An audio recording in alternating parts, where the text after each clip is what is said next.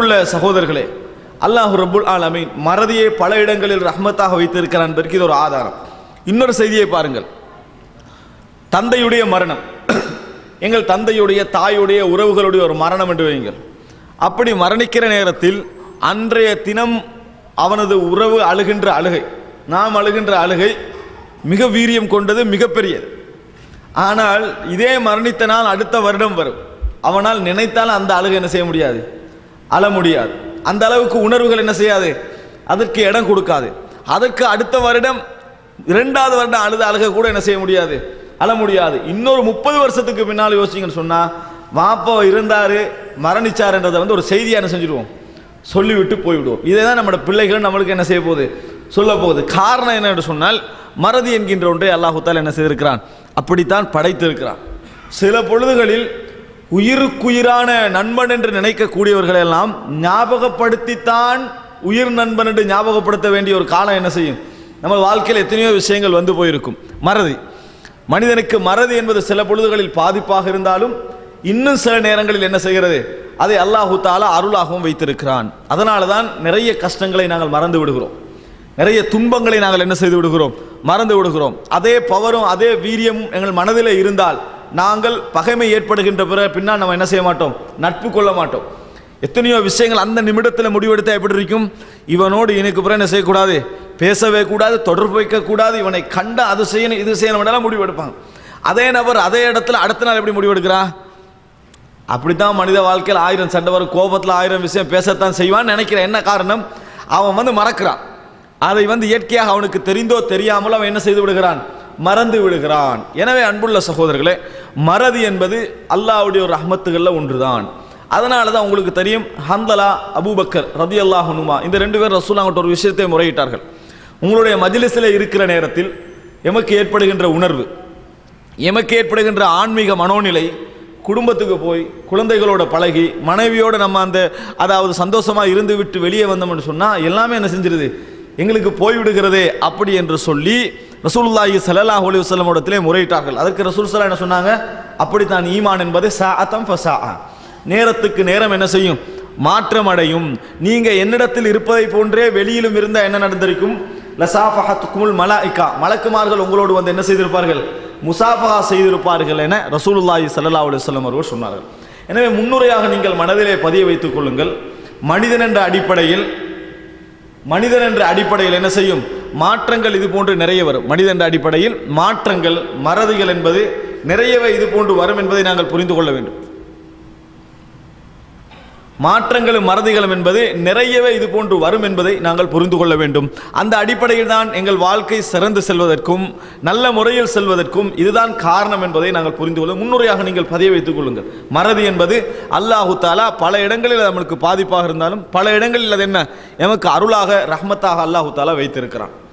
அன்புள்ள சகோதரர்களே, இப்படி அல்லாஹ் ரப்புல் ஆலமீன் மறதியை எங்களுக்கு ரஹ்மத்தாக வைத்திருப்பதனால்தான் எங்களது மனோநிலைகள் என்ன செய்கின்றன, அந்தந்த நிமிடத்துக்கு இடையில் வித்தியாசப்படுகின்றன. நாம் சோதிக்கப்படுகிற நேரத்தில் அந்த சோதனைகளை கொஞ்சம் காலத்திலே மறந்து விடுகிறோம், பகைமைகளை நிறைய மறந்து விடுகிறோம்.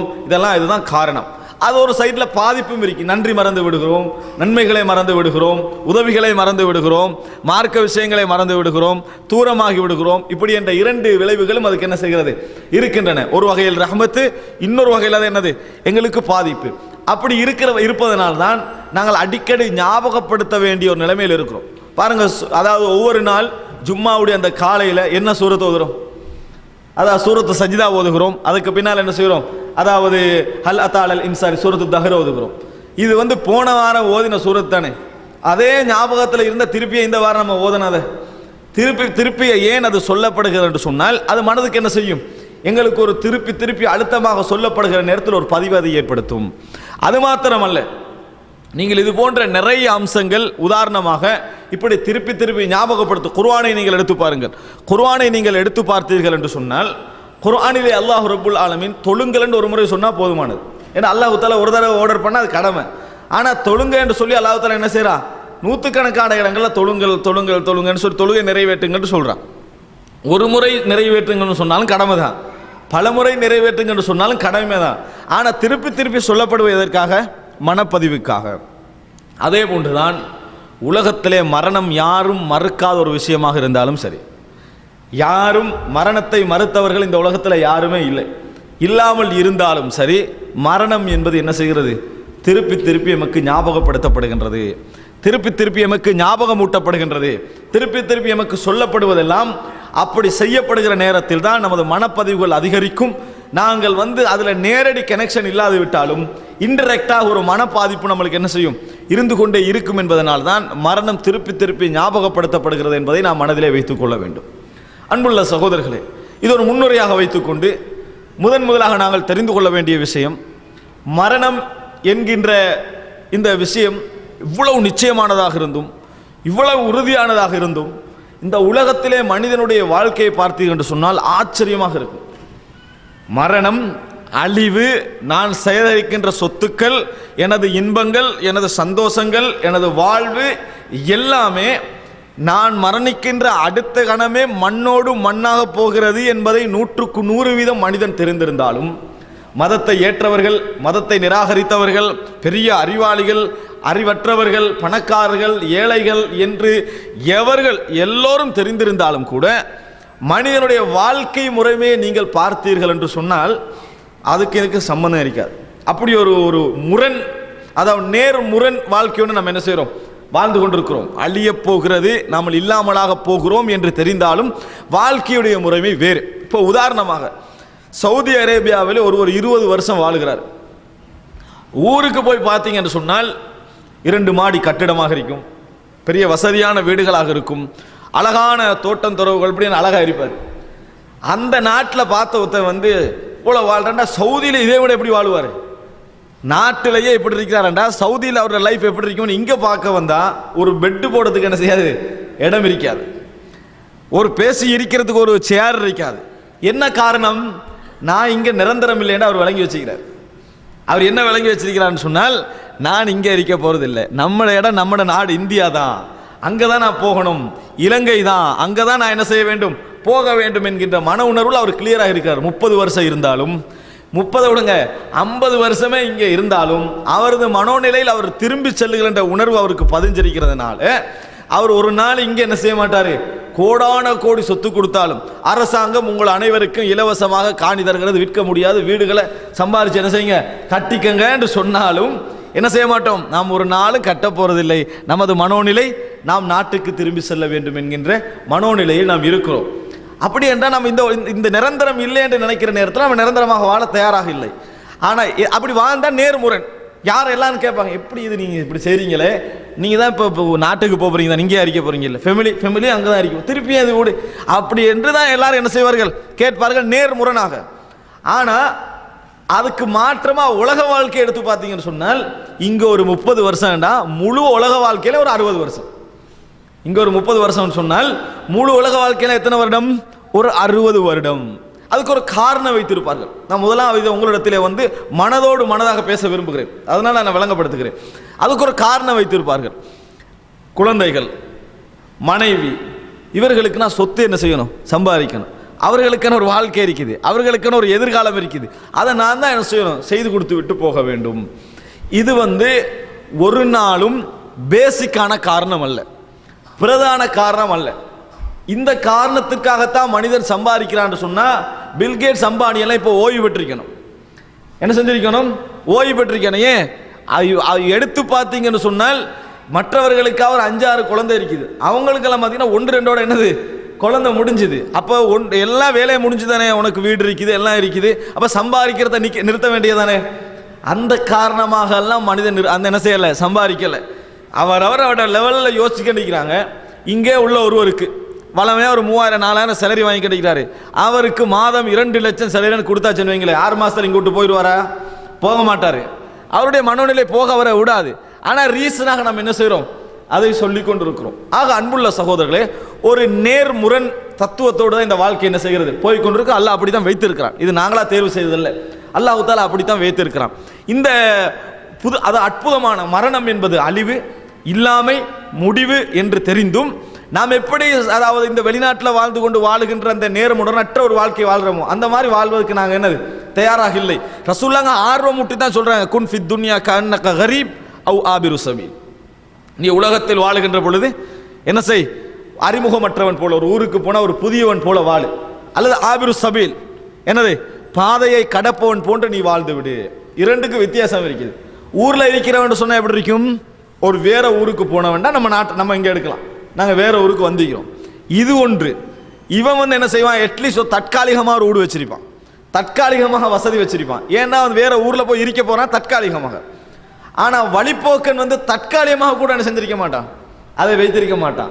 அவனுக்கு தற்காலிகமாக எதுவும் இருக்காது, அவனுக்கு தங்குறதுக்கு ஸ்பெஷலாக எதுவும் செய்து கொள்ளவும் மாட்டான். எங்கேயா போய் ஒரு இடத்துல கிடைச்சா சாஞ்சிட்டு போயிடும், இல்லைன்னா மழை வெயிலுன்னு பார்க்காம போய்கொண்டே இருப்பான். எப்போ எது சிறந்தது உலக வாழ்க்கையில, வழிப்போக்கனுடைய வாழ்க்கை. ஏன், அவன் நிறைய பற்றற்றவனாக இருப்பான். குன் ஃபி துன்யா கஅன்னக கரீப் அவ் ஆபிரு சபீல். நீ வந்து இந்த உலகத்தில் அறிமுகமற்றவன் போற, ஒரு ஊர்ல எப்படி அறிமுகமற்றவன் புதியவன் இருப்பான், அது மாதிரி அதையும் தாண்டி ஒரு நாள் இருக்க முடியும். எப்படி இருக்கணும், வழிப்போக்கனை போல என்ன செஞ்சிரு இருந்து விடு என ரசூலுல்லாஹி ஸல்லல்லாஹு அலைஹி வஸல்லம் அவர்கள் சொல்கிறார்கள். அப்போ அன்புள்ள சகோதரர்களே, ஒரு நேர்முரண் வாழ்க்கை நாம் என்ன செய்கிறோம், வாழ்ந்து கொண்டிருக்கிறோம் என்பது எல்லாரும் இயல்பாக தெரிஞ்ச விஷயம். இந்த நேர்முரனுடைய இயல்பு வாழ்க்கையில் ஒவ்வொரு இடத்திலையும் விளங்கும். நேர்முரனுடைய இயல்பு வாழ்க்கையில் ஒவ்வொரு இடத்திலையும் விளங்கு. நான் பின்னால் ஒன்றாக சொல்லுவேன். அன்புள்ள சகோதரர்களே, எல்லாவற்றுக்கும் மேலாக இன்னும் இந்த நேர்முரனை நாம் புரிந்து கொள்வதற்காக ஒரு சில விஷயங்களை சொல்கிறேன். இந்த உலகத்தில் எமது பிறப்பு, எமது மரணம், இந்த ரெண்டுக்கும் தத்துவ ரீதியாக யோசிச்சு பாருங்க. நம்ம இந்த உலகத்தில் வந்து பிறக்கின்ற பொழுது எந்த விதமான தேர்வு சுதந்திரம் இல்லாமல் தான் நம்ம இந்த உலகத்தில் பிறக்கிறோம். தேர்வு சுதந்திரம் அல்லாஹ் தஆலா எங்களுக்கு என்ன செய்யலை, தரல. எப்படி தேர்வு சுதந்திரம் என்ன, வாழ்க்கையில் மனிதன் தேர்வு சிந்தனை பாருங்க. மனிதனுடைய தேர்வு சிந்தனை, வீட்டுக்கு அடிக்கிற பெயிண்ட் மனிதனுடைய தேர்வில் தான் இருக்கும்.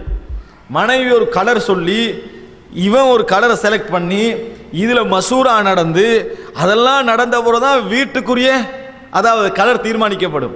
ஆனால் அவன் கருப்பாக பிறக்கணுமா வெள்ளையாக பிறக்கணுமான்றது அவனால் தீர்மானிக்க முடியவில்லை. அவனுடைய சொந்த நிறம் அந்த தீர்மானம் ஒருவருக்கு கொடுக்கப்பட்டிருக்கேன். நீங்கள் இந்த உலகத்தில் வெள்ளையாக பிறப்பீங்களா கருப்பாக பிறப்பீங்களா தீர்மானம் கொடுக்கப்பட்டு என்ன நடந்திருக்கும், எல்லாருமே இந்த உலகத்தை என்ன செஞ்சுப்பாங்க, நான் வெள்ளையாக தான் பிறக்கணும்னு முடிவெடுத்திருப்பாங்க.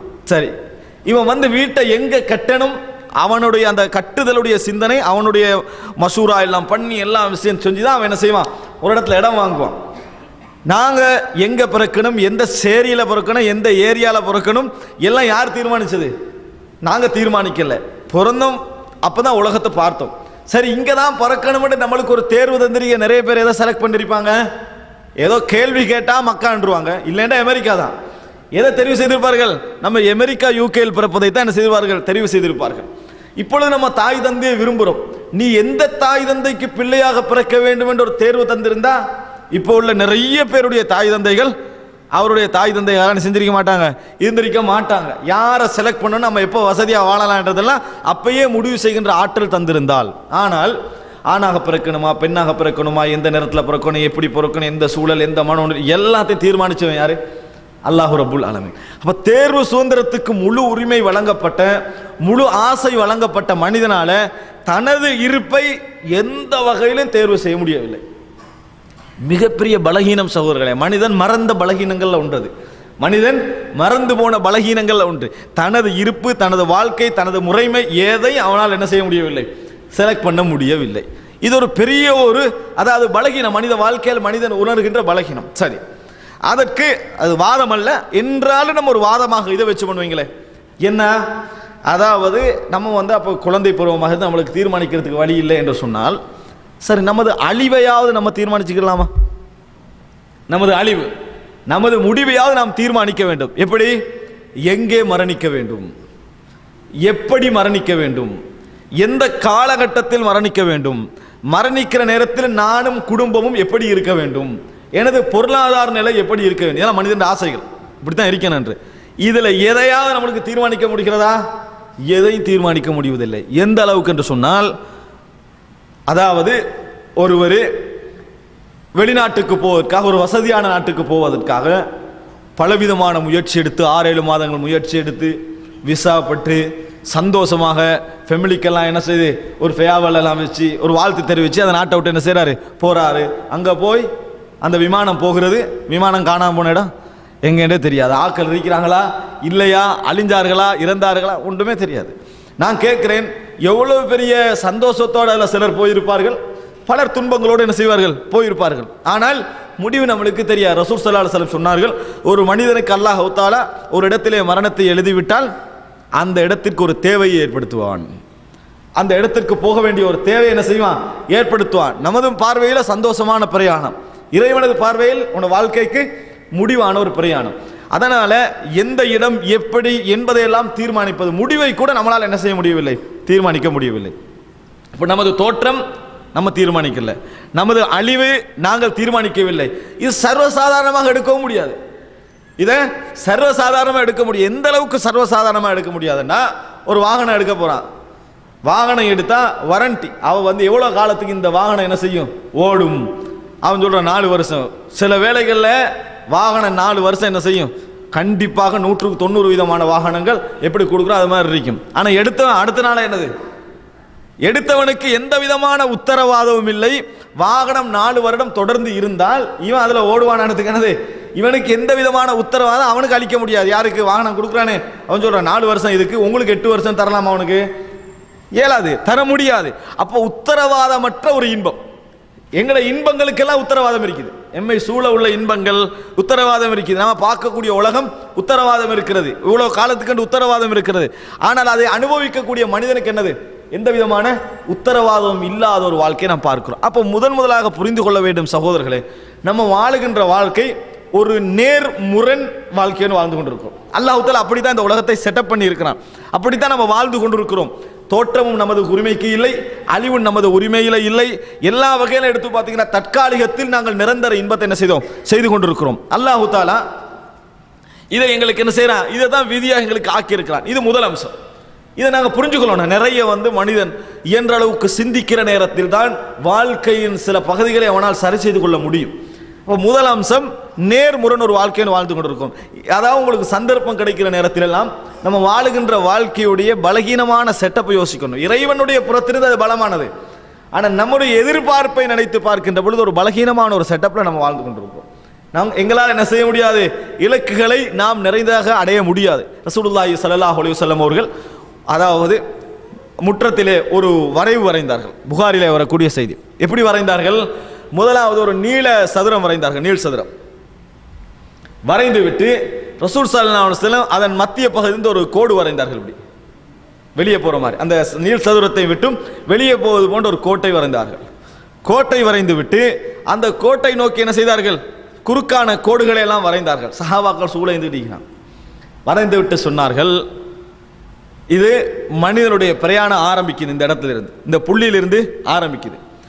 கோடு வெளியே வரைக்கும் போகுதே, இது மனிதனுடைய ஆசைகள், மனிதனுடைய எதிர்பார்ப்புகள், மனிதனுடைய எண்ணங்கள். அது போகுது, அது நிற்காது, அது போய்கொண்டே இருக்கும். இந்த இடையில ரசூல் ஸல்லல்லாஹு அலைஹி வஸல்லம் வரைஞ்சு காட்டினாங்க இப்படி கோடுகள். இவைகள் எல்லாம் அவனை கிராஸ் பண்ணுகின்ற வாழ்க்கையுடைய துன்பங்களும் தடைகளும் இடர்களும். அந்த இன்பத்துக்கு அவன் போற நேரத்தில் இதெல்லாம் கிராஸ் ஆகி வந்து கொண்டே இருக்கும்.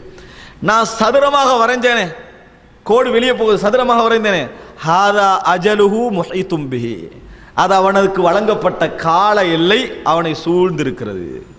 அது அவனுக்கு வழங்கப்பட்ட கால எல்லை, அது அவனை சூழ்ந்திருக்கிறது என ரசூலுல்லாஹி ஸல்லல்லாஹு அலைஹி வஸல்லம் அவர்கள் சொன்னார்கள். அன்புள்ள சகோதரர்களே, அப்படின்னா ஆசை என்ன செய்யும், மனிதன் வச்சு இலக்கு என்னன்னு சொன்னால் நீண்ட இலக்கு.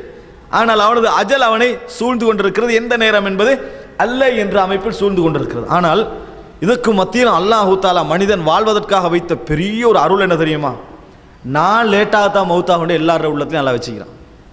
அதான் ஒரு சிறப்பு. எல்லாரோட உள்ளத்திலையும் நல்லா எப்படி வச்சுக்கிறான் தெரியுமா, நான் லேட்டாகத்தான் மௌத்தாகுவேன். அது நேரடியாக சொல்ல மாட்டாங்க, நேரடியாக கேட்டு பாருங்க, அப்படி நாளைக்கும் வரலாம் அஜல் அப்படின்னா சொல்லுவார்கள். ஆனால் எல்லாரோட உள்ளத்திலும் அல்லாஹ் அவன் வாழுவதற்காக, அவனது காலம் நிலைக்க வேண்டும் என்பதற்காக, அவன்கிட்ட சந்தோஷம் நிலைக்க வேண்டும் என்பதற்காக நான் லேட்டாகத்தான் மரணிப்பேன் என்கின்ற ஒரு மனோநிலையை அல்லாஹ் தஆலா என்ன செய்திருக்கிறான், வைத்திருக்கிறான். இந்த மனோநிலையை நீங்க நினைக்க கூடாது. இன்றைய நாளில் ஒரு 1000 பேர் மரணிக்கிறாங்கன்னு வைங்க, இந்த மிடில் ஈஸ்ட்ல இந்த 1000 பேருக்கு இந்த மனோநிலை இல்லைன்னு நினைக்க கூடாது. இந்த 1000 பேரும் இந்த அதாவது லட்சக்கணக்கான இந்த மனோநிலை, நான் இன்றைக்கு மரணிக்க மாட்டேன் என்று நினைத்தவர்களில் 1000 பேர் போயிடுவாங்க. ஆனா மற்ற அனைவரும் அதை பார்த்து நான் மரணிக்க மாட்டேன் எல்லாம் என்னது அந்த எண்ணங்களை மாற்றிக்கல மாட்டான். அதே எண்ணம் தான், அதே படியில் என்ன செய்யும், அது போய்கொண்டே இருக்கு. அதனால தான் வாழ்றான். அதனால என்ன செய்யறான், அவன் வாழுகிறான். உரைகளை கேட்கின்ற பொழுது, மரண சூழல்களை நிகழ்வுகளை பார்க்கின்ற பொழுது மரணத்துக்கு நெருக்கமா போவான். அது இல்லாமல் போன சந்தோஷங்களை பார்க்கின்ற பொழுது மரணத்தை விட்டு என்ன செய்வான், தூரமாக போவான். ஆனால் நான் இன்றைக்கு மரணிக்க மாட்டேன் என்ற மனோநிலை தான் இருப்பேன். எப்படி நினைப்பான், இன்ஷா அல்லாஹ் எனது மகளுக்கு திருமணம் முடித்து கொடுத்த பின்னால் கொஞ்சம் கடன் இருக்குது, இந்த கடன் எல்லாம் முடிச்ச பின்னால ஊடு கட்டுற வேலை ஒன்றிருக்கு, அது முடிந்த பின்னால் அதுக்கப்புறம் நான் மௌத்தாரத்தை பற்றி எந்த கவலையும் படலை. இப்போ ஒரு பிளான் பண்ணி வச்சிருப்பார், விளங்கிட்டா, அதுக்கப்புறம் நான் மௌத்தாரத்தை பற்றி எந்த கவலையும் படலை. இதை சொன்னாலும் சொல்லாது விட்டால் அவனோட மனசு சொல்லும், நான் ஒரு மௌத்தாகிறதாக இருந்தா அவன் நினைச்ச மாதிரியே வாழ்க்கை இருக்கும்.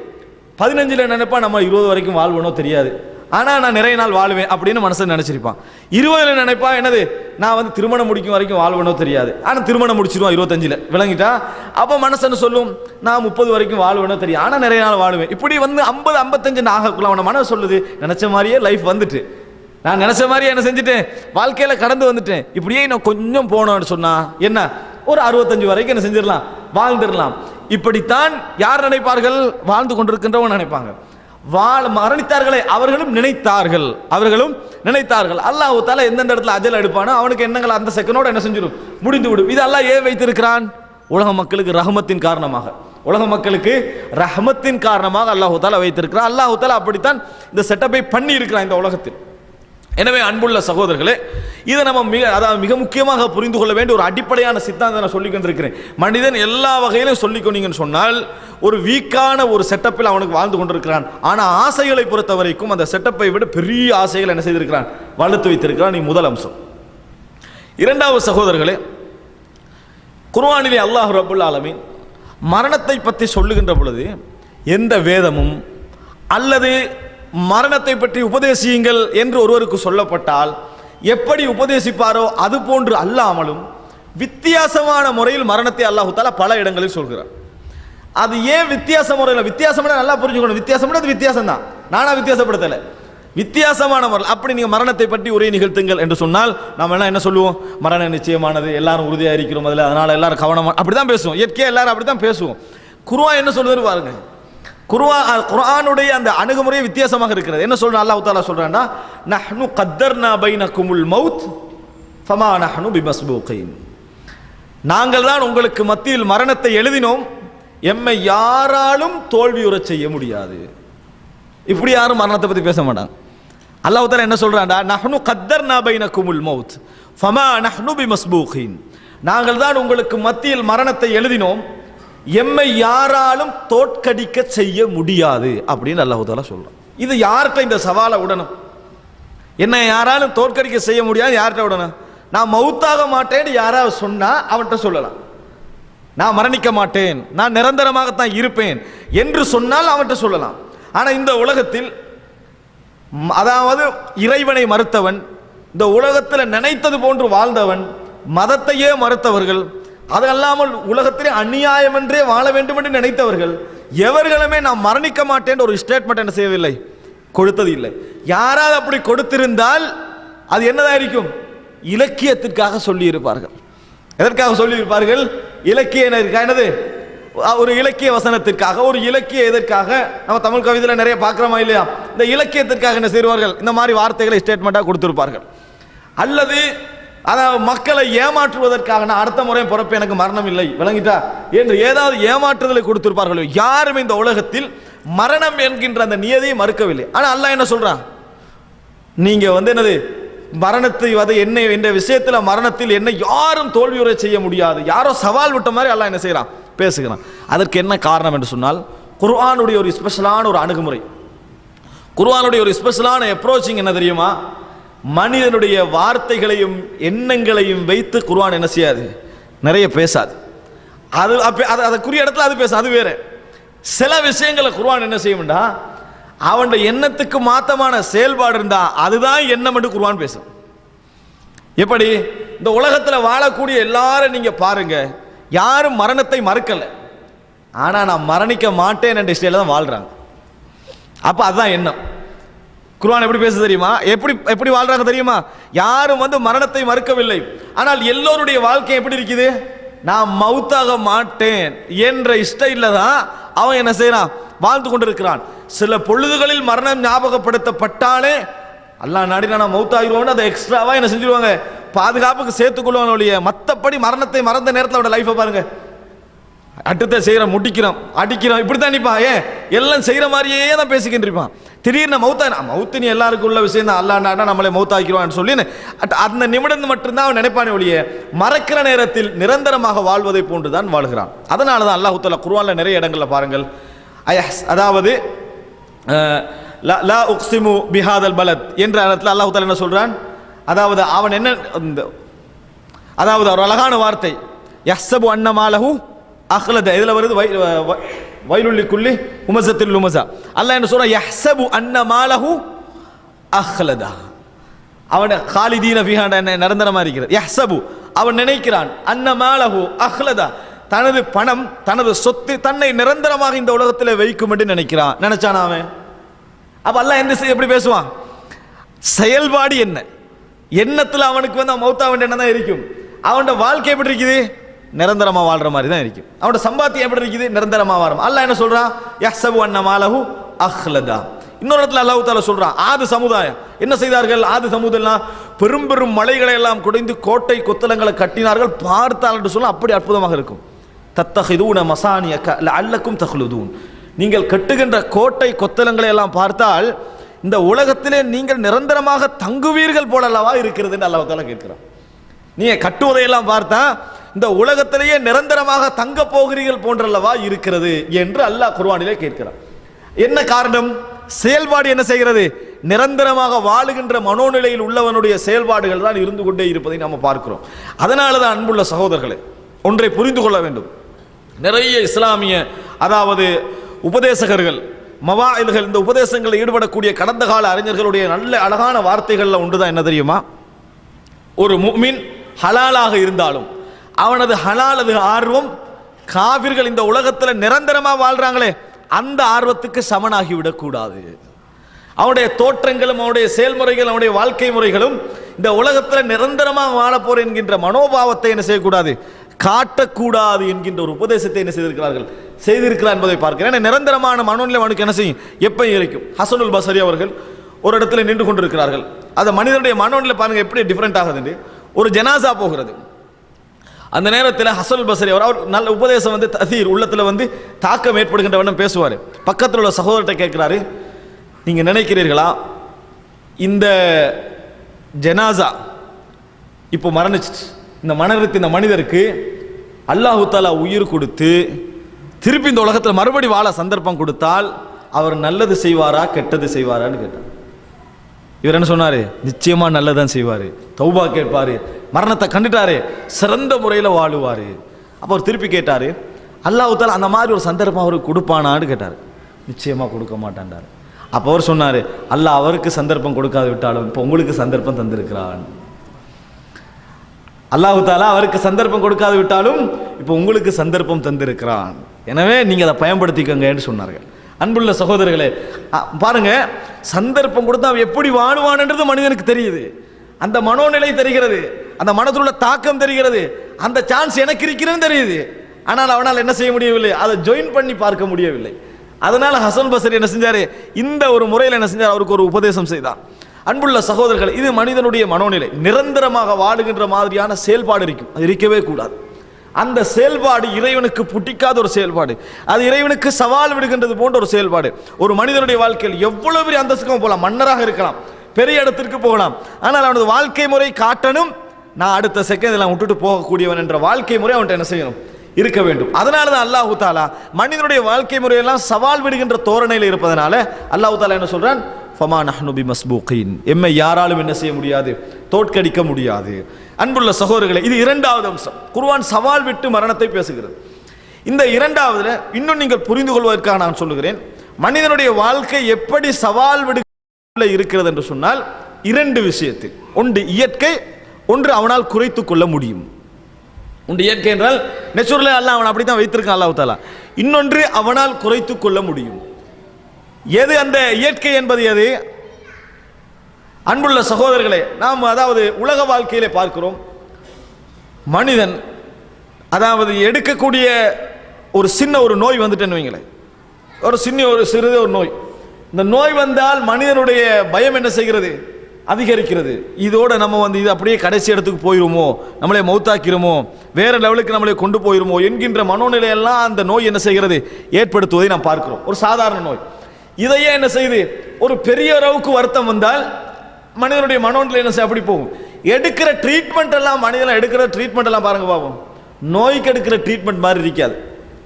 எதுக்கு எதிராக எடுக்கிற ட்ரீட்மெண்ட் மாதிரி இருக்கும் தெரியுமா? மௌத்துக்கு எதிராக எடுக்கிற ட்ரீட்மெண்ட் மாதிரி இருக்கும் அந்த செயல்பாடெல்லாம் பார்த்தீங்கன்னு சொன்னா. ஆனால் நோய்க்கு தான் அவன் எடுக்கிறான், அவனுடைய மனதில் நோய்க்கு தான்.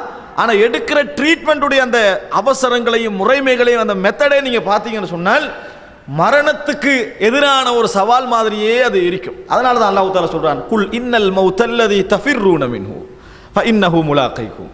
நபியே சொல்லுங்கள், எந்த மரணத்திலிருந்து நீங்கள் வெறுண்டு ஓடுகிறீர்களோ, எந்த மரணத்திலிருந்து நீங்கள் வெறுண்டு ஓடுகிறீர்களோ அந்த மரணம் உங்களை பிடிக்கும் என்று அல்லாஹ் தஆலா சொல்லலை. பிடிக்குமெண்டா என்ன, மரணம் அதாவது நீங்க ஓடுறீங்க, மரணம் பின்னால் என்ன செய்யுது, விரட்டுகிறது என்பது அர்த்தம். அல்லாஹ் அப்படி சொல்லல. குல் இன்னல் மௌத்தல்லதி தஃபிர்ரூன மின்ஹு ஃபஇன்னஹு முலாகைக்கும். நீங்கள் எந்த மரணத்திலிருந்து விரண்டு ஓடுகிறீர்களோ அந்த மரணம் உங்களை சந்திக்கும் என்று சொன்ன அல்லாஹ் தான். அந்த மரணம் உங்களை சந்திக்கும். நீங்க ஓடுகின்ற ரூட்டில் தான் மரணமே இருக்கிறது. நீங்கள் எந்த பகுதியில் ஓடுறீங்களோ, எங்க இருந்து தப்பி, அதாவது ஒரு இடத்துல இருந்து ஒருவன் தப்பி கஷ்டப்பட்டு அங்களால தெரிஞ்சு இங்களை ஓடி எல்லாம் முடிஞ்சு கடைசி எங்க போறான், எவன்றது தப்புன்னு நினைச்சானோ அவன் அந்த இடத்துல நிற்பான். அதான் அல்லாஹ் தஆலா சொல்றான், ஃபஇன்னஹு முலாகைக்கும், அது உங்களை சந்தித்தே ஆகும் என்று அல்லாஹ் தஆலா சொல்லுகிறான்.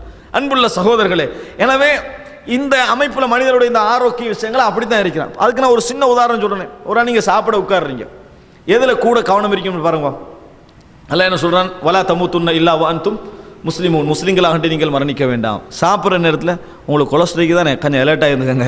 உங்களுக்கு சுகர் இருக்கு தானே, என்ன வலா தமூத்துன்ன இல்லா வஅன்தும் முஸ்லிமூன் இல்லை முஸிஹூன், ஆரோக்கியமாக இல்லாமல் என்ன செஞ்சிருவானா, ஏன்ற அளவுக்கு ஆரோக்கியமாக இருங்க, அப்பதான் மௌத்த. அது பிழை இல்லை, அதை சொல்றது பிழை இல்லை. ஆனால் பிஸ்மில்லா அந்த அளவுக்கு கவனிக்க மாட்டாங்க. எதை கவனிக்க மாட்டாங்க, பிஸ்மில்லா மறந்தாவுக்கு ஒரு துவா இருக்குதானே, பிஸ்மில்லா அவ்வளோ ஆகிறோம் முடிஞ்சுது. அதே மறந்தவங்களுக்கு என்ன செய்யறது, அதை தான் நிறைய பேர் என்ன பிஸ்மில்லா அவ்வளவு ஆகிற மறந்துன்னு சொல்லிட்டு அந்த துவா பாடம் இல்லை, அது மறந்தா போகிறது பாடம் இல்லை. இந்த நிலைமையில் நம்மள நிலைமை இருக்குது. ஆனால் எதில் கவனமாக இருப்போம், சாப்பிட்ற நேரத்தில். ரசூல் ஸல்லல்லாஹு அலைஹி வஸல்லம் நீங்கள் பாருங்க பாப்போம், ரசூல் ஸல்லல்லாஹு அவருடைய கையை பிடித்தார்கள். அவர் வந்து என்னது பிஸ்மில்லா சொல்லாமல் கை போட்டதுனால இன்னொருவருக்கு இப்படி சொல்லி கொடுத்தார்கள். எல்லாம் எதோட வரும், இதில் கொலஸ்ட்ரால் இருக்குது, இதில் சுகர் இருக்குன்ற ஒரு செய்தியும் வராது. என்ன வரும், பெரும்பாலும் இதுதான் வரும். எது, பிஸ்மில்லா சொல்லலை, பிஸ்மில்லா உலவாக சொல்லலை, இடது கையால சாப்பிட்டார், இடது கையால குடிச்சார், இதுதான் செய்திகள் வரும். எங்கட இப்போ இன்றைய நூற்றாண்டுடைய நமது அதாவது கிழக்கு பகுதியில் வாழக்கூடிய முஸ்லிம்களுடைய வரலாறு, சாப்பிடுகிற நேரத்தில் எப்படி இருப்பார்கள்னா, பிஸ்மில்லா செய்தி 10% கொலஸ்ட்ரால் சுகர் கேஸ் என்ன செய்யும் கூடுதலாக பதியப்பட்டிருக்கீங்க. அவர் சாப்பிடுகின்ற பொழுது கொலஸ்ட்ராலை பற்றி பேசினார், சுகரை பற்றி பேசினார், அந்த வருத்தம் இந்த இதுதான் நம்ம வாழ்க்கையில் என்ன செய்யும் கூடுதலாக இருக்கும். அவர் நமது மனதுடைய கவனம் என்ன என்று சொன்னால், மரணத்துக்கு எதிரான போராட்டம் மாதிரி.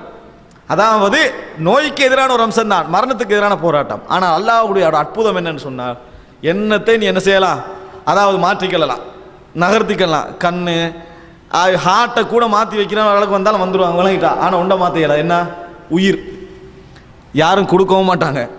உயிரை வந்து இந்த உயிரை எடுத்து அடுத்தவன் உயிரில் போடுறதுக்குரிய ஒரு வசதி வந்துட்டேன்னு வைங்களே, ஒத்தனை அந்த நோயாளியை பார்க்க போக மாட்டாங்க. ஏன், நம்மளோட உயிரை கேட்டுவானதுக்காக வேண்டிய என்ன, நோயாளியை பார்க்கவே போக மாட்டாங்க. அட உயிரை மாத்திர அவன் சாகணுமே, கிட்னி 2 இருக்குது ஓகே கொடுத்துடலாம், கண்ணு ஓகே கொடுத்துடலாம், ஏதாவது ஒன்று செஞ்சுக்கிட்ட ரத்தம் இருக்குது கொடுக்கலாம், உயிரையும் கொடுக்கலான்னா என்ன நடக்கும், அவ்வளவுதான். எனவே அல்லாஹ் தஆலா அதை என்ன செய்யறான், ஒன்று தான் வைக்கிறான். அல்லாஹ் சவால் அதையும் சொல்லிக்கிறான். எப்படி சொல்றான், அதாவது ஃபலவுலா இதா பலகத்தில் ஹுல்கும், தொண்டை குழிகளை உயிர் வந்து அடைகின்ற பொழுது, வஅன்தும் ஹீனஇதின் தந்துரூன், நீங்கள் சூழ இருந்து பார்த்து கொண்டிருப்பீர்கள். வனஹனு அக்ரபு இலைஹி மின்கும் வலாக்கின் லா துபஸிரூன், நாங்கள் உங்களை விட அவருக்கு மிகவும் நெருக்கமாக இருப்போம், நீங்கள் பார்க்க மாட்டீர்கள். அல்லாஹ் தஆலா சொல்லிவிட்டு சொல்லுகிறான், ஃபலவுலா, அதாவது நீங்கள் அவர்களுக்கு மிகவும் நெருக்கமான நண்பர்களாக இருந்தால், மிகவும் நல்ல உறவுகளாக இருந்தால், தர்ஜிஊனஹா, அந்த உயிரை திருப்பி எடுங்கள், போக போற உயிரை என்ன செய்யுங்க, திருப்பி எடுங்கள். நீங்கள் உண்மையான நட்புகளாக இருந்தால் திருப்பி எடுங்கன்னு அல்லாஹ் தஆலா சொல்றான். அல்லாஹ் ரப்புல் ஆலமீன் திருப்பி எடுக்க முடிஞ்சா நம்ம எடுத்திருப்போமோன்னு சொல்றவங்கள மக்களை பார்க்கலாம். அல்லாஹ் மனிதனுக்கு அந்த சோதனை ஆக்கல. இல்லை என்றால் திருப்பி கொடுக்கக்கூடிய அல்லாஹ் தஆலா உயிரை என்ன செஞ்சிருப்பான், இந்த உயிரை தூக்கி அடுத்தவண்ட உயிரில் வைக்கக்கூடிய ஆற்றலை கொடுத்திருந்தால் இந்த வசனத்துடைய உண்மை நிலை என்ன செய்வான் பிராக்டிக்கலாக மனிதன் கண்டிருக்க முடியும். எனவே அன்புள்ள சகோதரர்களே, அல்லாஹ் தஆலா சவாலா விட்டு இப்படி பேசுவதற்கான காரணம் மனிதனுடைய செயல்பாடுகள் எல்லாம் மரணத்தை தூரமாக்குவது போன்றே இருக்கிறது. அன்புள்ள சகோதரர்களே, சின்ன கண்டுபிடிப்பாக இருந்தாலும் சாதாரண கண்டுபிடிப்பாக இருந்தாலும் கூட அது ஒரு மனிதனுடைய ஹார்ட்டை ஒரு அரை மணி நேரம் ஆட வைத்துக் கொண்டிருக்கும் என்று சொன்னால், அசை வைத்துக் கொண்டிருக்கும் என்று சொன்னால், உலகத்தில் முதல் நோபல் பரிசாக தான் கொடுத்துக்கிட்டு ஒரு அரை மணி நேரம் அவனை கொஞ்சம் வைக்கலாம், ஹார்ட்டை எடுத்து இங்கே வைக்கலாம் என்றிருந்தா என்ன நடக்கும்? அவனுக்கு தான் என்ன செய்வான்? கொடுத்து கொண்டிருப்பான். என்ன காரணம்? மனிதனுடைய மனோநிலை அந்த உயிரை மனிதருக்கு பிற்படுத்தலாமா முற்படுத்தலாமா, இதுதான் மனிதனுடைய உணர்வில் இருக்கக்கூடிய விஷயங்கள் எல்லாம். அன்புள்ள சகோதரர்களே, இது ஒரு பகுதி. இன்னொரு பகுதியில் எடுத்துக்கொண்டீங்கன்னு சொன்னால், மனிதனுடைய நான் சொன்னேன் செயற்கையான வாழ்க்கை எப்படி இருக்குது, அவனால் தவிர்க்க முடியும். ஆனால் அவனுடைய அந்த வாழ்க்கை எடுத்து பார்த்தீங்கன்னு சொன்னால் நிரந்தரமாக வாழப்போகின்ற தோற்றம் இருப்பதை நான் உங்களுக்கு சொன்னேன். சம்பாத்தியத்திலிருந்தான் எல்லா விஷயத்திலிருந்தான் மனிதனிடத்தில் அந்த மாதிரியான ஒரு மனோநிலை என்ன செய்கிறது? இருந்து கொண்டே இருக்கிறது. எப்பொழுதும் போதாது என்கின்ற தன்மை மனிதனுக்கு இருந்து கொண்டே இருக்கும்.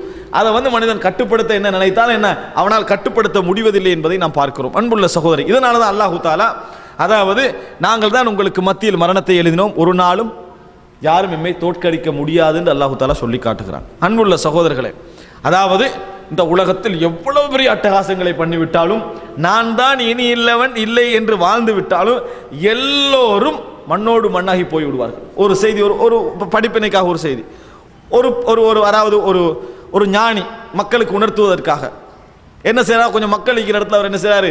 ஒரு இத்து போன அல்லது என்னது மண்ணோடு மண்ணாகி போன ஒரு கபிரிஸ்தான் அப்படியே உடஞ்சி அந்த மாதிரி ஒழுங்காக இல்லாத ஒரு கபிரிஸ்தானத்துக்கு போறாரு. போய் என்ன செய்யறாரு சொன்னா அந்த மண்ணெல்லாம் அப்படி என்ன செய்யறாரு? சிதறிக்கிற மண்ணெல்லாம் அப்படி கையால் கிண்டிக்கிறாரு. அப்போ அங்குள்ள ஒரு மனிதர் கேட்குறது, ஏன் இந்த வேலை செய்றீங்கன்னு கேட்டார். இல்லை, இதில் பணக்காரனுடைய ஏழையுடைய எலும்புக்கும் வித்தியாசம் தேடிக்கொண்டிருக்கிறேன் அப்படின்னு அவர் என்ன செஞ்சார் சொன்னார் என்ற செய்தியை நம்ம அதில் பார்க்குறோம்.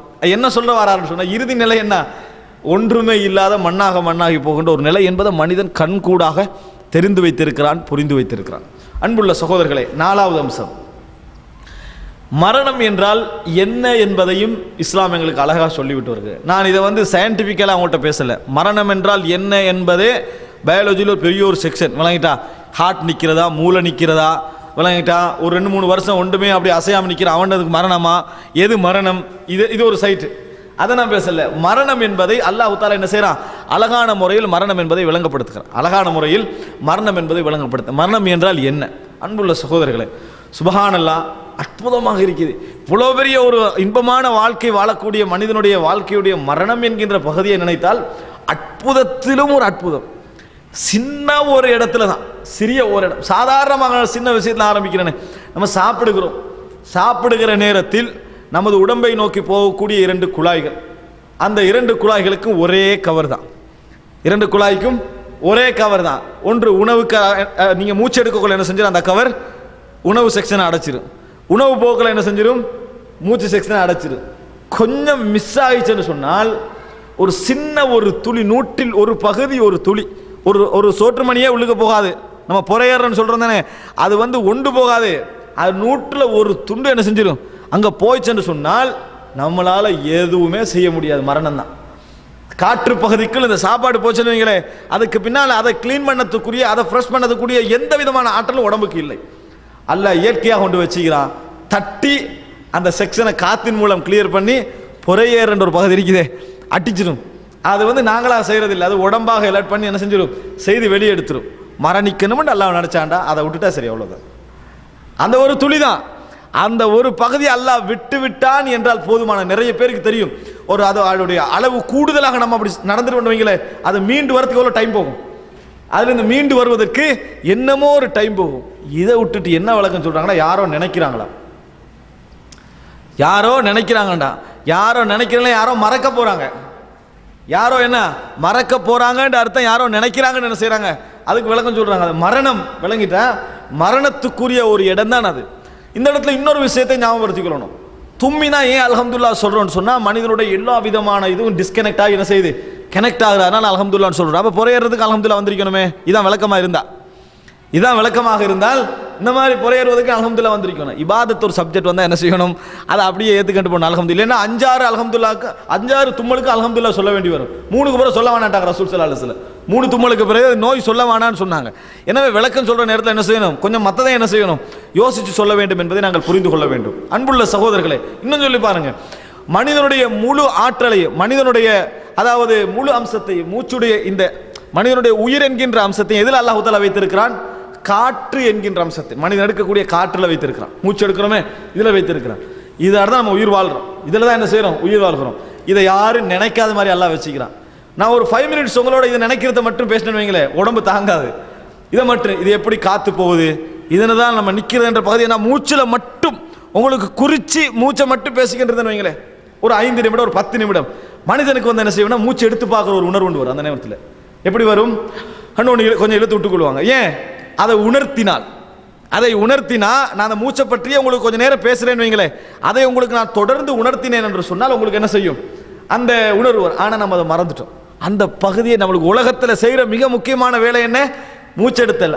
அதுக்குன்னு நம்ம எந்த கவனமும் கொடுக்கறதில்லை. ஆனால் ஒரு முறை காலையில் 6 மணிக்கு எழும்பி 60 முறை மூச்செடுத்தால் தான் உயிர் வாழ முடியும் என்று ஒரு ஓடரில் அல்லாஹ் இந்த உலகத்தை படைச்சிருந்தான்னு வைங்களேன், யாரும் இன்றைக்கு தூக்கத்தை மறந்துருப்பாங்களா, மறந்தே வைக்க மாட்டாங்க.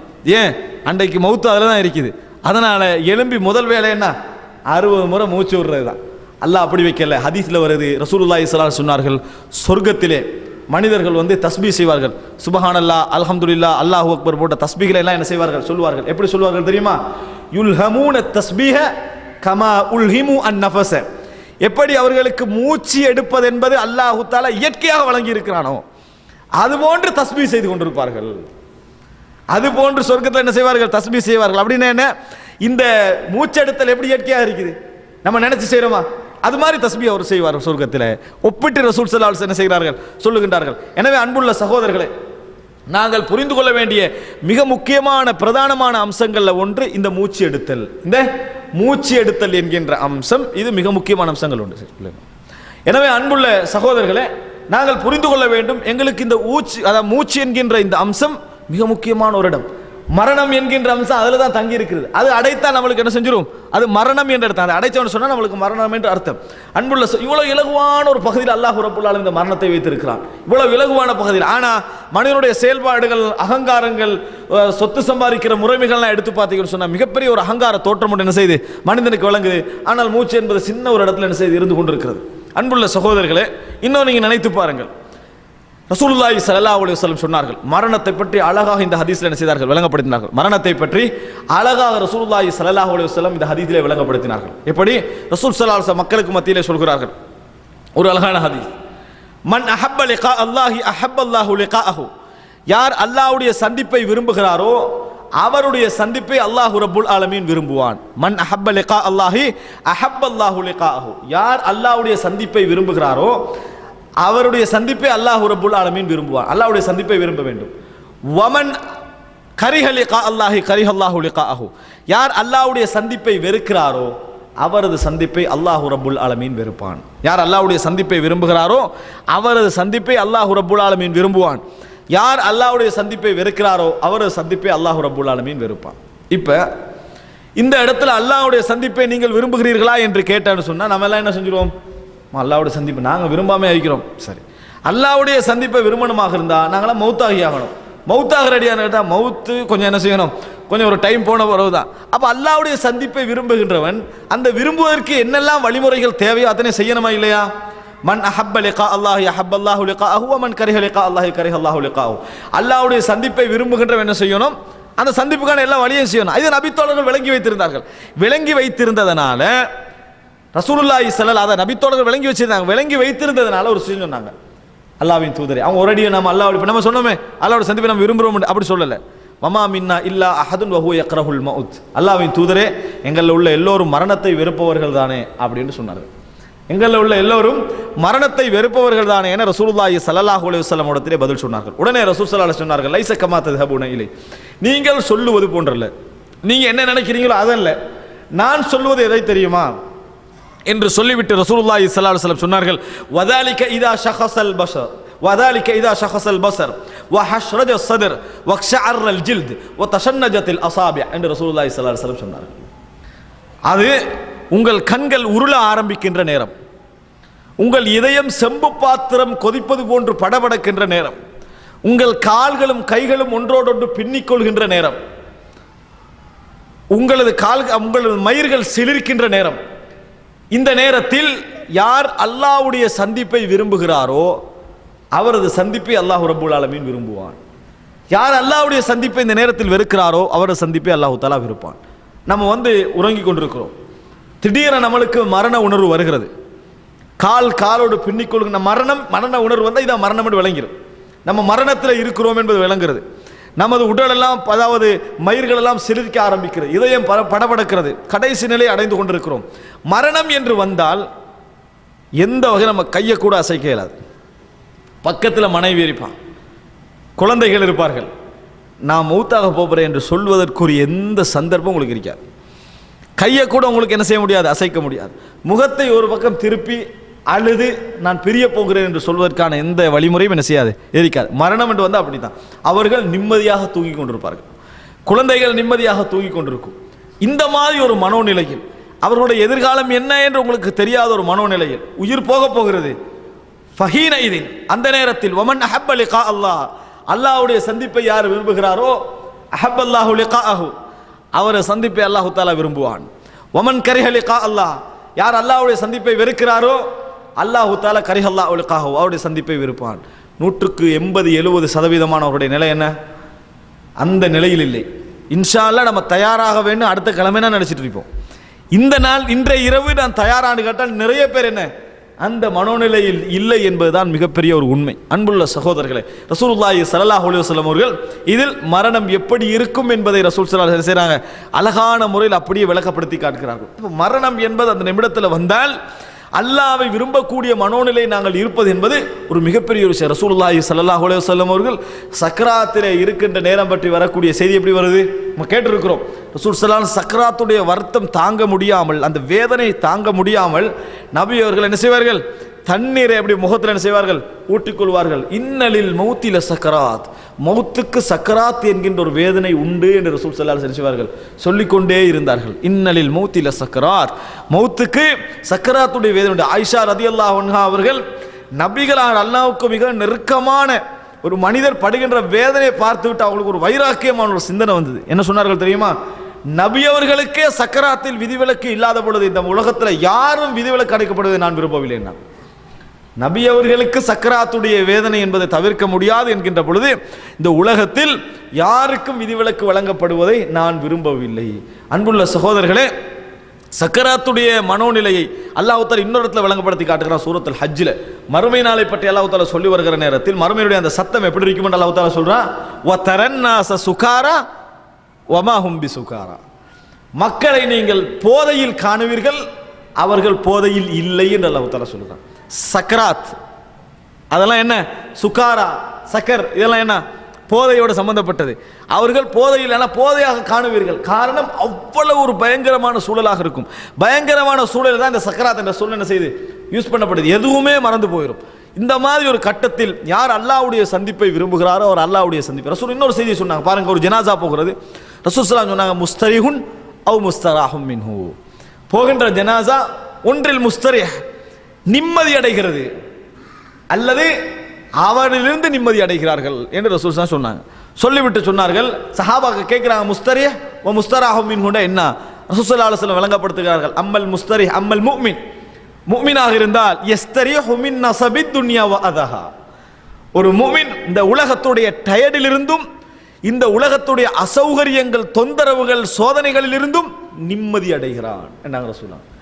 அப்படி என்றால் இந்த உலகத்துடைய இன்பங்களாக தான் அனுபவிக்க வேண்டி இருந்தாலும், நிம்மதியா என்பதற்காக அதை எடுத்துக்கொண்டிருந்தாலும், என் வாழ்க்கைக்கு இது சோதனையாக இருக்குது, என் இபாதத்துக்கு இது சோதனையாக இருக்கிறது, எனது மறுமையை சந்திப்பதற்கு மறுபடியும் சந்திப்புக்கு பெரிய இடைஞ்சலாக இருக்கிறது என்கின்ற மனநிலையோடு இந்த உலகத்தை அனுபவிச்சிருக்கிறான் தானே, அவனால மட்டும்தான் யஸ்தரிஹு மின் நஸபித் துன்யா வ அதஹா, இந்த உலகத்துடைய அசௌகரியங்கள் இந்த உலகத்துடைய துன்பங்கள் என்று விடுதலை பெறுகிறான், நிம்மதி அடைகிறான். வார்த்தை அவனுக்கு மட்டும்தான் என்ன செய்யும், பொருந்தும்.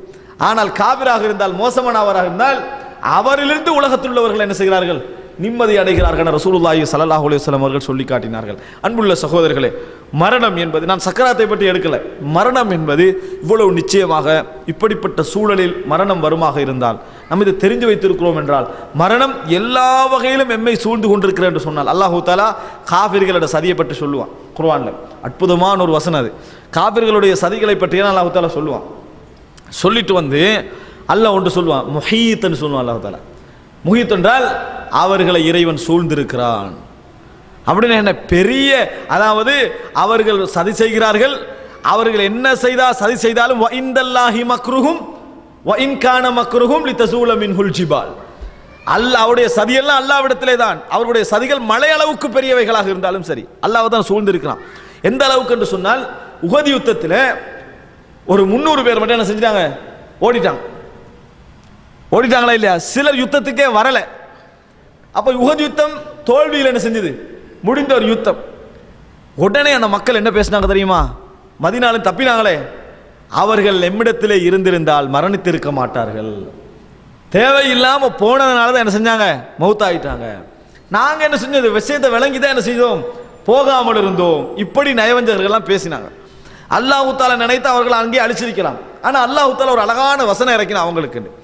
அப்படி என்றால் நீங்கள் உண்மையாளர்களாக இருந்தால், நீங்க தெரிஞ்சுதான் போகல என்றாக இருந்தால், ஃபத்ரஉல் மவுத், மரணத்தை உங்களுக்கு வராமல் தடுத்துக் கொள்ளுங்கள் என்று அல்லாஹ் தஆலா சொன்னான். ஏன் அப்படி சொன்னா? உங்களுக்கு தான் மவுத் எங்க வரும்னு தெரியுமே, உஹதுல வருதுன்னு தெரியுது. அப்ப அடுத்த எங்க வரும்னு தெரியும், இன்னொரு இடத்துல எங்க வரும்னு தெரியும். அப்ப நீங்க செய்ய வேண்டிய ஒரே வேலை என்ன, மவுத்தாக கூடாது, நீங்கள் முடிந்தால் மரணிக்காமல் இருங்கள் அல்லாஹ் தஆலா என்ன சவாலாக சொன்னான். அப்படின்னா என்ன, மனிதனால ஒரு காலமும் இதிலிருந்து தப்ப முடியாது. அல்லாஹ் தஆலா என்னது, எல்லாவற்றையும் சூழ்ந்திருக்கிறான். அல்லாஹ் தஆலா எல்லாவற்றையும் சூழ்ந்திருக்கிறான். வலா யுஹீதூன பிஹி ஷைஆ, அவனை என்ன செய்ய முடியாது, இறைவனை ஒரு வகையில் யாரும் என்ன செய்ய மாட்டார்கள், அதாவது சூழ்ந்து கொள்ள முடியாது. இறைவனை கண்டுபிடிச்சுக்கொள்ள முடியும். இறைவன் எல்லோரும் என்ன செய்யறான், சூழ்ந்து கொண்டிருக்கிறான் என்று தெரிந்தால், மரணம் நம்மளை எந்த அணுவிலும் சந்திக்க முடியும் என்று தெரிந்தால், எமது வாழ்க்கை எப்படி இருக்கணும் தெரியுமா? அதற்கு ஏற்ற ஒரு வாழ்க்கையாக இருக்க வேண்டும். அன்புள்ள சகோதரே, நான் ஒரு விஷயத்தை உங்களுக்கு சொல்கிறேன். இந்த ஹதீஸை பாருங்க. மன் சஅலல்லாஹ ஷஹாதத்தை, யார் அல்லாஹ்விடத்திலே உயிர் தியாகத்தை, ஷஹீதான மரணத்தை கேட்கிறாரோ, பல்லகஹுல்லாஹு ஈயாஹு பல்லகஹுல்லாஹு மனாசில ஷுஹதாஇ வ இன் மாத அலா ஃபிராஷிஹி, அல்லாஹ் தஆலா ஷஹாதத்தை அவனுக்கு கொடுப்பான், உயிர் தியாக மரணத்தை அவனுக்கு கொடுப்பான், அவன் தனது படுக்கையில் மரணித்தாலும் சரி. எதை கேட்டால்? அல்லாஹ்விடத்துல ஷஹாதத்தை கேட்டான். யா அல்லாஹ் எனக்கு உயிர் தியாகத்தை தா, ஷஹாதத்தான மரணத்தை தா என்று மன் ஸஅலல்லாஹ பிஸித்கின், உண்மையாக கேட்டால். எத்தனை பேர் உண்மையாக கேட்டீங்களோ? நிறைய பேர் ஷஹாதத்தை கேட்கிறதே இல்லை. நிறைய பேர் ஷஹாதத்தை கேட்பது இல்லை, கேட்போம் என்று தான் நிறைய பேர் இருக்கிறார்கள். எப்படி இருக்கிறாங்க? இன்ஷா அல்லாஹ் கேட்போம், எல்லாம் இந்த வேலையெல்லாம் முடிந்த பின்னாலே ஷஹாதத்தான மரணத்துக்கு ரெடி இல்லாமல் இல்லை. இந்த இப்பயே கேட்டு நாளைக்கே மௌத்தாகிறதுக்கு என்னது விருப்பம் இல்லை. அதனால தான் இந்த ஹதீஸ்ல என்ன வருது, மன் ஸஅலல்லாஹ ஷஹாதத பிஸித்கின், உண்மையாக அல்லாஹ்விடத்தில் கேட்டால் அல்லாஹ்வுத்தஆலா ஒன்றில் அவரை ஷஹாதத்தா மௌத்தாக்குவான், அல்லது அவர் தனது அதாவது விருப்பிலே மரணித்தாலும் அல்லாஹ் ஷஹீத் என்ற பட்டத்தை அவருக்கு என்ன செய்வான், கொடுப்பான். எப்படி கேட்டால்? உண்மையாக கேட்டால். அன்புள்ள சகோதரர்களே, அப்படி ஒரு வாழ்க்கை நாங்கள் வாழ வேண்டும் என்று சொன்னால், இரண்டு விஷயத்தில் நாங்கள் எம்மை சரிப்படுத்திக் கொண்டோம் என்றால் மரணத்துக்கு நாம் பயப்பட வேண்டிய அவசியமே இல்லை. ஒன்று, இந்த செகண்ட் மரணம் வந்தால் நான் மரணிக்க தயார் என்பதற்குரிய செய்திகளை நான் சொல்றேன். ஒன்று என்ன தெரியுமா? ஹுக்கூகுல் இபாத், அடியார்களுக்கு நாங்கள் ஏதாவது கடமைகள் செய்ய வேண்டியிருந்தால் ஒன்றில் செய்திருக்க வேண்டும் அல்லது செய்ய வேண்டும் என்ற வசியத்து இருக்க வேண்டும். இதை நீங்கள் மெயின்டைன் பண்ணிக்கணும். கடன் எல்லா மனிதர வாழ்க்கையில் ஓரளவாவது இருக்கும். கடன் இல்லாத மனிதர்கள் அரிது, குறைவு, ஒரு 20-30% வேணா இருக்கலாம். கடன் என்ன செய்யணும்? இந்த நபருக்கு நான் இந்த இடத்துல வாங்கினேன், கொடுக்க வேண்டும் என்ற எழுத்து என்ன செய்ய வேண்டும், இருக்கணும். அப்ப நீங்க மரணிச்சாலும் உங்களுக்கு சொர்க்கத்துக்கு என்ன செய்யாது, அது தடை இருக்காது. ஷஹீதுக்கு கூட கடன் என்ன செஞ்சிடும், தடையாகிரும். ஆனா நீங்க எழுதி வச்சீங்கன்னு சொன்னா பொறுப்பெடுக்கிறதுக்கு கூட குடும்பங்கள் இருக்கும், அதனால தப்பிடுவீங்க. யாருக்காவது அமானித பொருட்கள் உங்கள்கிட்ட ஒப்படைக்கப்பட்டு திருப்பி கொடுக்க வேண்டியிருந்தால் எழுத்தில் என்ன செஞ்சிடணும், அது இருந்திடணும். யாருக்காவது ஒரு இடத்துல அநியாயம் செய்திருந்து மன்னிப்பு கேட்க வேண்டும் என்ற எண்ணத்திலிருந்து உங்களால் செய்ய முடியாமல் போனால் எழுதிடணும். விளங்கிட்டா? இந்த மாதிரி விஷயங்களை நீங்க எழுதி ஒரு வசியத்தை தினந்தோறும் நீங்க மெயின்டைன் பண்ணிட்டு வந்தீங்கன்னு சொன்னால் மரணிக்கிற நேரத்தில் மறுமையில் உங்களுக்கு எது பிரச்சனை இல்லை. ஹுக்கூகுல் இபாத், அடியார்கள் உங்களுக்கு குரசா என்ன செய்ய மாட்டாங்க, நிற்க மாட்டார்கள். இன்னொன்று இருக்குது என்ன, இறைவன் குற்றம் பிடிக்கக்கூடிய குற்றங்கள், இறைவனுக்கு செய்த பாவங்கள், இவைகள் எல்லாம் உங்களுக்கு ஒரு மிகப்பெரிய உறுதியான வாக்குமொழி என்ன ஷஹாதத்தில் யுக்ஃபருலி ஷஹீதி குல்லு தம்பின் இல்ல தேன். ஷஹீதுக்கு எல்லா பாவங்களும் மன்னிக்கப்படும், கடனை தவிர. கடனை தவிர என்ற வார்த்தை எங்களுக்கு இஸ்லாம் வாக்காக தந்திருக்கிறது.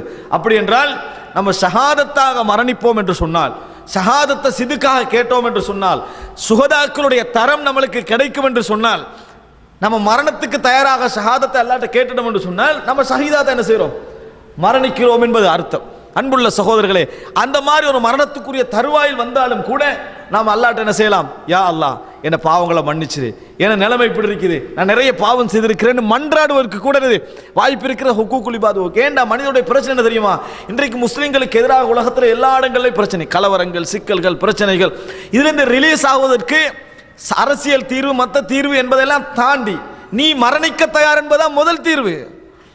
முதல் தீர்வு என்ன தெரியுமா, நீ மௌத்தாக தயார் என்பதுதான் இந்த உலகத்தில் முதல் தீர்வு என்றதை புரிஞ்சு கொள்ள வேண்டும். அன்புள்ள சகோதரர் ரசூலுல்லாஹ் சொன்னாங்க என்ன, இந்த சமுதாயத்தை நோக்கி எல்லோரும் என்ன செய்வார்கள், சாப்பாடு தட்டை வருவது போன்று வருவார்கள். காரணம் சொல்லிவிட்டு ரசூல் ஸல்லல்லாஹு அலைஹி வஸல்லம் கேட்கப்படுகிறது, அவமின் கில்லத்தின் நஹ்னு யௌமஇதின் யா ரசூலல்லாஹ், அன்றைய தினம் கொஞ்சம் பேராக இருப்போமா, கால லா பல் அன்தும் கஸீர், நீங்கள் நிறைய பேர் இருப்பீர்கள், வலக்கின்னக்கும் குஸாஉன் ககுஸாஇஸ் ஸைல், வெள்ளத்திலே அடிபட்டு செல்கின்ற சருகுகள் போன்றிருப்பீர்கள். வலயன்சி அன்னல்லாஹு மின் குலூபி அதுபிக்குமுல் மஹாபத வலயக்திஃபன்னல்லாஹு ஃபீ குலூபிக்குமுல் வஹன், எதிரிகளுடைய உள்ளத்திலிருந்து முஸ்லிம்கள் என்ற அச்சத்தை அல்லாஹ் எடுப்பான், உங்களது உள்ளங்களில் வஹன் என்பதை போடுவான். காலு வமல் வஹன் யா ரசூலுல்லாஹ், வஹன் என்றால் என்ன, என்ன பிரச்சனை, நாங்கள் வீழ்ச்சிக்கு என்ன காரணம், கால ஹுப்பு துன்யா வ கராஹியத்துல் மௌத், உலக மோகம், மௌத்தை பற்றிய வெறுப்பு என்று சொன்னாங்க ரசூலுல்லாஹ். இவ்வளவுதான் வீழ்ச்சிக்கு காரணம், உலக மோகம், மரணம் பற்றிய வெறுப்பு. எங்க மரணம் பற்றிய வெறுப்பு இருக்கிறதோ அங்க உலக மோகம் இருக்கும், எங்க உலக மோகம் இருக்கிறதோ அங்க மரணம் பற்றிய வெறுப்பு இருக்கும். எங்க மரணத்துக்குரிய அச்சம் இல்லையோ அங்க உலக மோகம் என்ன செய்யாது, இருக்காது. அன்புள்ள சகோதரர்களே, எனவே தான் சொல்றேன், ஹுக்கூக்குல் இபாதை நம்ம சரிப்படுத்த பின்னால் இறைவனுடைய மன்னிப்பை அனுதினமும் வேண்டிக் கொண்டு நம்ம வாழ்ந்தோம் என்று சொன்னால் இன்னொரு விஷயம் இருக்குது. அது என்ன, மூன்றாவது, நமது குடும்பத்துக்கும் நம்மளுக்கு இடையில் மரணம் பற்றிய பேச்சுவார்த்தைகள் அடிக்கடி நிகழ வேண்டும். மரணித்தால் நீ எப்படி வாழ்வாய், மரணித்தால் மனைவியுடைய லைஃப் எப்படி இருக்கணும், மரணிச்சா பிள்ளைகள் எப்படி வாழணும், மரணித்தா இந்த நிலைமையில எப்படி, நீ இந்த நிலைமையில எப்படி இருப்பாய், மரணிச்சா நான் மரணிக்காம நீங்க மரணிச்சா நான் இப்படி இருப்பேன். இந்த பேச்சுவார்த்தையெல்லாம் நீங்க வச்சு பாருங்க பாப்போம். ஒரு குடும்பத்துக்கு இதுக்கு போற என்ன செய்யற பிளான் இல்லாம, பெரிய திட்டங்கள் ஏற்பாடெல்லாம் தேவையில்லை, ஏற்பாடு செஞ்சு சொத்தை அழிஞ்சா என்ன செய்யறது, ஆனால் உங்க இடத்துல பேச்சுவார்த்தை தருவீங்களே, என்றைக்கும் நான் மரணிக்கலாம், என்றைக்கும் நீங்கள் மரணிக்கலாம் என்ற ஒரு வீர குடும்பமாக இந்த பேச்சுவார்த்தை இருக்குமாக இருந்தால், எந்த தினமாக இருந்தாலும் எந்த நிமிடமாக இந்த மரணம் என்ற செய்தி எந்த பேச்சும் வராமல் ஒரு குடும்பம் பாதிக்குமே அந்த லெவலுக்கு இருக்காது. நீங்க பேசியது, கலந்துரையாடியது, இது நடந்தா என்ன செய்யணும் என்று பேசியது என்பதனால பாதிப்பு என்ன செய்யும், குறைவாக இருக்கும். அதே நேரத்தில் நீங்கள் மரணத்தை தொடர்ந்து எதிர்பார்த்து கொண்டிருப்பதனால் அந்த நிமிடம் உங்கள்கிட்ட இறைவனை பற்றிய விருப்பமும் இறைவனுடைய சந்திப்புடைய ஆசையும் உங்களை அப்படியே தொத்திக்கொள்ளும். ஹராம் இப்னு மில்ஹானுடைய செய்தி நம்ம படித்திருக்கிறோம். அவர் ரசூல் ஸல்லல்லாஹு, இளைஞர் தானே, அனஸ் ரலியல்லாஹு அன்ஹு சொல்கிறார்கள், முஸ்லிமிலே வரக்கூடிய செய்தி, 70 பேரை ரசூல் ஸல்லல்லாஹு அனுப்பினாங்களே, அப்படி அனுப்பி போனவர்கள் இளைஞர்களாக இருந்தார்கள், திருமணம் முடிக்காதவர்கள் பெரும்பாலானவர்கள். அவங்க போய் பிரச்சாரத்துக்கு போன நேரத்தில் துரோகம் செய்து, அநியாயம் செய்து, அவர் ஒரு பேச்சுவார்த்தைக்காக ஒரு 4-5 பேர் என்ன செய்யறாங்க, அங்க முன்னுக்கு எடுத்துட்டு போறாங்க. எடுத்துட்டு போய் என்ன செய்தார்கள், ஹராம் இப்னு மில்ஹான் பேச்சுவார்த்தையில் ஈடுபட்டு கொண்டிருக்கிறார்கள். நம்பிக்கையோட சூழ இருப்பவர்கள் எல்லாம் நபி அவர்களோட தூதுவர்களாக வந்தவர்கள் நம்பிக்கையோட பேச்சுவார்த்தையில் ஈடுபட்டு கொண்டிருக்கிறார். மரணத்தை அவர் சற்றும் எதிர்பார்த்திருப்பாரான்னு சொல்லவே முடியாது. அப்படி எதிர்பார்த்து கொண்டிருக்கிற நேரத்தில் ஒரு மனிதர் திடீரென அம்பெடுத்து என்ன செஞ்சாரு, ஹராம் இப்னு மில்ஹானுடைய முதுகுப்புறத்தில் குத்தினார். ஏன் குத்தினார் ஒன்றும் தெரியாது, முதுகுப்புறத்தில் குத்தி இந்த பகுதியில் என்ன செய்து வருகிறது. அன்புள்ள சகோதரர்களே, லா ஹவுல வலா குவத்த இல்லா பில்லாஹ், எப்படி ஒரு சக்தி அந்த மனிதருக்கு அல்லாஹ் தஆலா கொடுத்து, ஏன்னா எதிர்பார்ப்பு. அப்படி வந்த உடனேயே, குத்துப்பட்ட உடனேயே ரத்தத்தை இப்படி எடுத்தாரு, முகத்திலே தலையிலே தேய்ச்சாரு. ஃபுஸ்து வரப்பில் கஅபா, கஅபாவுடைய இறைவன் மீது ஆணையாக நான் வெற்றி பெற்று விட்டேன், கஅபாவுடைய இறைவன் மீது சத்தியமாக நான் வெற்றி அடைந்து விட்டேன் என்று சொல்றான். பின்னால யாரு குத்தினு பார்க்கல, ஒரு ஓலம் பெற்ற சத்தம் வரல, சவுண்ட் வரல, அம்பு இந்த பகுதியில் வருது. ரத்தத்தை எடுத்து தலையில தோய்ச்சாரு, முகத்திலே எடுத்தாரு, தடவினாரு. ஃபுஸ்து வரப்பில் கஅபா, கஅபாவுடைய இறைவன் மீது சத்தியமாக நான் வெற்றி பெற்று விட்டேன் என்று சொன்னார். எப்படி சொல்லலாம், எப்படி வந்தது, எப்படி மரணத்தை எதிர்பார்த்த வாழ்க்கை, அவங்களாம் உலகத்தில் வாழ்ந்தாங்க தான், உலகத்துக்கு ஆசைப்பட்டார்கள் தான், எங்களை போன்ற மனிதர்களாக இருந்தார்கள். ஆனால் ஈமானில் எங்களை விட தரம் மிக்கவர்களாக இருந்தார்கள். எதிர்பார்ப்பு ஒருத்தர் இருந்தது, அவங்களுக்கும் சகோதரர்கள் இருந்தார்கள், உறவுகள் இருந்தன. ஆனால் அவங்கள்ட்ட இந்த எதிர்பார்ப்பு இருந்தது. அதனால பெரிய பாரமாக என்ன செய்யல இருக்கல. ஃபுஸ்து வரப்பில் காபா, ரத்தத்தை, அன்புள்ள இந்த வார்த்தை சொல்றதை விடுங்க, முகத்தில் எடுத்த உடனே திரும்பி பார்க்காம ரத்தத்தை எடுத்து தலையில தோய்த்து கொண்டு இப்படி சொன்ன இருக்கிறதே, அம்பால குத்தினாரே, அவருடைய உள்ளம் ஒரே அடி அசைஞ்சிட்டு, நான் தானே வெற்றி பெற்றேன், இவர் தோல்விதானே. ஆனா அவர் என்ன சொன்னாரு? ஃபுஸ்து, நான் வெற்றி பெற்று விட்டேன் என்று சொன்னாரு. அன்புள்ள சகோதரர்களே, ஒரு சில நாட்களில் அந்த குத்தியவர் இஸ்லாத்துக்கு வந்தார். வேற இஸ்லாமிய பிரச்சாரம் செய்யல, ஈமானிய பலம், ஈமானிய பலம். அதான் சொன்னேன், காலித் இப்னு வலீத் ரலியல்லாஹு படைகளோடு இருந்து கொண்டு என்ன கடிதம் எழுதினாரு அவர்களுக்கெல்லாம், நீங்கள் வாழ்வதற்காக யுத்தம் செய்ய வந்திருக்கிறீர்கள், நான் மரணத்தை விரும்பக்கூடிய ஒரு சமுதாயத்தோடு வந்திருக்கிறேன், நான் மரணத்தை விரும்பக்கூடிய ஒரு சமுதாயத்தோடு வந்திருக்கிறேன். இதனால தான் சகோதரர்களே, அவர்களுடைய ஒரே ஒரு தக்பீர் மூலம் படைகள் அதிர்ந்தது. அந்த ஒரு காரணம் தான். தக்பீருக்கு அந்த பவர் எங்கிருந்து வந்தது தெரியுமா? அல்லாஹு அக்பர் இவர்கள் சொல்ற நேரத்தில் இவர்கள் மரணிக்க தயாராக பதிவு அவர்கள்ட்ட இருந்தது. அதனால அந்த தக்பீருக்கு ஒரு அப்படி ஒரு பவர் என்ன செஞ்சது இருந்தது. வரலாற்றில் சொல்வார்கள், தக்பீர்கள் மூலமே ரோம் பாரசீகத்துடைய கொடிகள் கீழே விழுந்தன என்று சொல்வார்கள். என்ன காரணம்? அந்த அளவுக்கான ஒரு தைரியம் அவர்கள்ட்ட என்ன செய்திருந்தது. இதுதான் பெரிய அவர்களை உருவாக்கி இந்த எதிர்பார்ப்பு. நான் சொன்னேன், இப்ப இந்த எதிர்பார்ப்பு நம்மகிட்ட எனி டைம் இருந்த இந்த பிரிச்சு நம்ம சரியாக அதை மெயின்டைன் பண்ணிட்டு வந்தோம்னு சொன்னால் நம்மளுக்கு சரியாக இருக்கும். முஆத் இப்னு ஜபல் ரசூலுல்லாஹி ஸல்லல்லாஹு அலைஹி வஸல்லம் தொழுவித்து விட்டு போறாங்க பள்ளிக்கு. அங்க போனா ஒரு மனிதர், இவர் பக்ரா எல்லாம் ஓதுவாரு, ஒரு மனிதர் ஒதுங்கிட்டார், தனியா தொழுவிட்டார், விவசாயி. அதான் முஆத் இப்னு ஜபல் அவர் பார்த்து சொல்றாரு, இன்னக்க முனாஃபிக், நீ முனாஃபிக் என்றார்.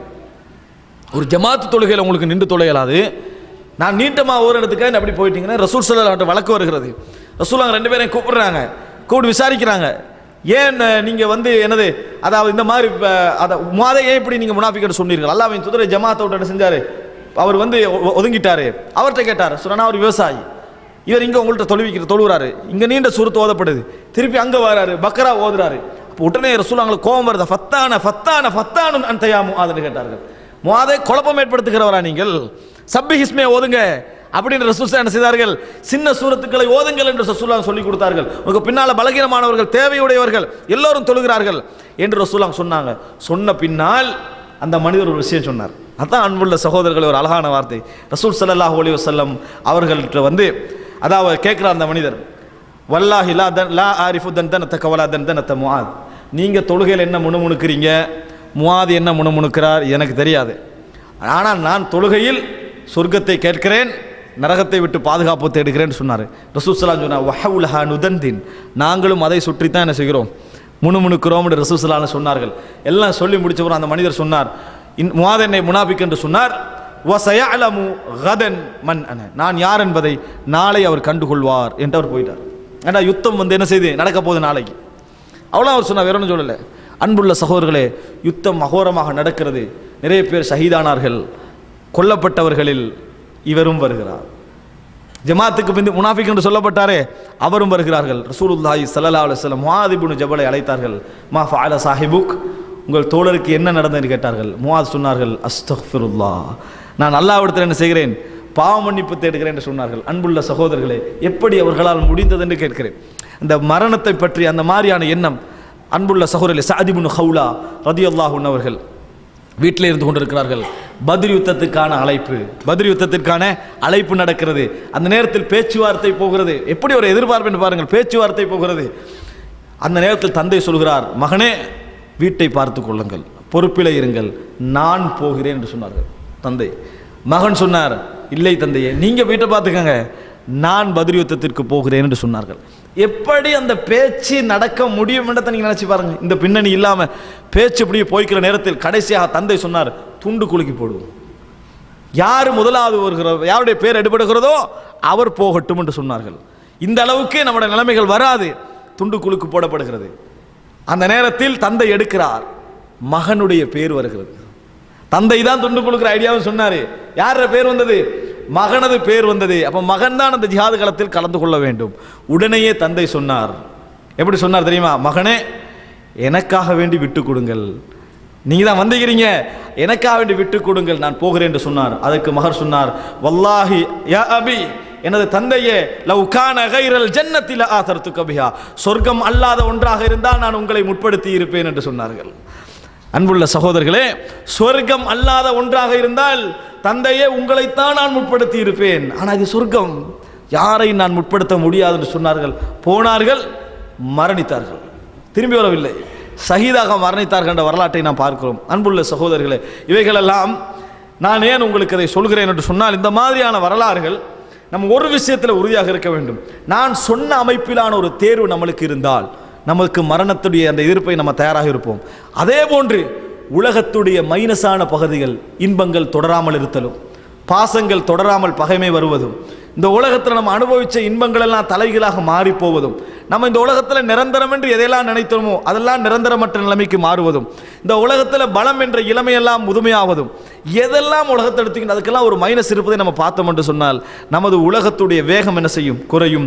மரண ஞாபகம் நம்மளை சூழ்ந்திருக்கும். நபியவர்கள் சொன்னது போன்று உத்குரு திக்ர ஹாதிமில் லத்தாத், அனைத்து இன்பங்களையும் துடைத்தெறியக்கூடிய மரணத்தை ஞாபகப்படுத்துங்கள் என்று ரசூல் ஸல்லல்லாஹு அலைஹி வஸல்லம் சொன்னது போன்று நமது உணர்வுகளும் நமது சூழல்களும் இருக்கும் என்று சொன்னால் நிச்சயமாக இந்த உலகத்திலே கஃபா பில் மௌத்தி வாஇதா, உபதேசம் செய்வதற்கு மரணம் ஒன்றே போதுமானது என்கின்ற அமைப்பில் மரண ஞாபகமே நமக்கு என்ன செய்யும்? போதுமானது. அல்லாஹ் ரப்புல் ஆலமீன் மரணத்தை எதிர்பார்த்து வாழுகின்ற ஒரு மனிதனாகவும் குடும்பமாகவும் எம் அனைவரையும் மாற்றியல் புரிவானாக.